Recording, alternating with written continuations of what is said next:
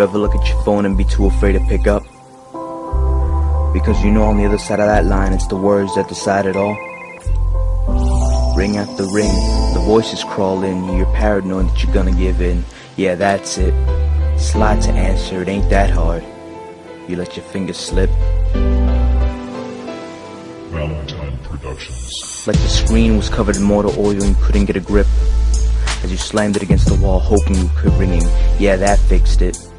That hole in the wall, the one inside your heart that hurt the most, leaving you with bags in your eyes, one for each night you lost. You're the sleepless wonder running on nothing. You're the daughter of a single man who drank himself to sleep, leaving you balled up on the floor with bruises on your face. It was no place for a daughter who lost a mother. Not to death, but the drugs that helped her. Lost a mother who only helped her feel alright when daddy came home in one of his moods. His dinner wasn't on the table, his beard been moved. As if one too many drinks wasn't enough for him. No, he needed to feel the palm of his hand meet the stroke of her face. The only thing keeping her grounded now was a boy she called Hope. But he was the most hopeless kid around, with the gang he led. He was a ticking time bomb.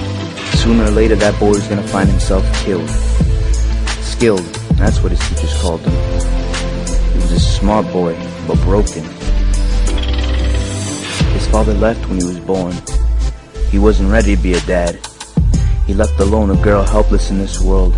16 years old was she, who mistook the boy's lust for love. So 17 years go by and now he's found a new family. People he now calls brother and sister, who live by the code of blood. Blood in, blood out is the vow he took. Now he's stuck, no time to relook. His past broke him, banned him to be what his definition of a man is, instead of what it should be. He lives by the gun and by it he dies. On that fateful night when he walks out of that store on the corner of 18th and 5th, when that rival gang member waits for and shoots him now lying on the ground that he knew so well. Lights fading in his eyes and he remembers 2 blocks away his pregnant girlfriend waited. She is now in labor, ready to give birth to his child which will never see his father's eyes, the one that looks so much like his. She can't keep him, she decides, and gives him up for adoption. I hope that he may have a better life than she could ever offer, because on her face a new last name was grafted, Miss Fortune. As the doors opened, she saw the new parents, a happy couple who couldn't bear a child of their own. Yet here she held hers and she couldn't be happy. What was happiness when every moment was filled with agony? When the happiness she knew was etched between drugs and tragedy, gunfire and could care less daddy.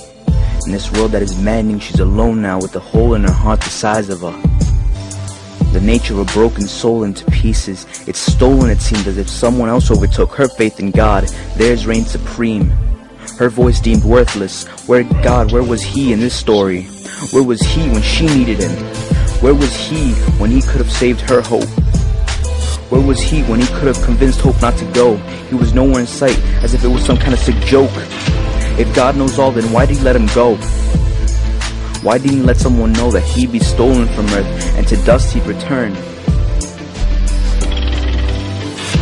Now she wished she'd picked up that phone, told him she loved him, to keep holding on, not to leave her alone, as she needed him to keep going on. Life is cruel, and she was almost done. If only she'd picked up. Slide to answer, it ain't that hard.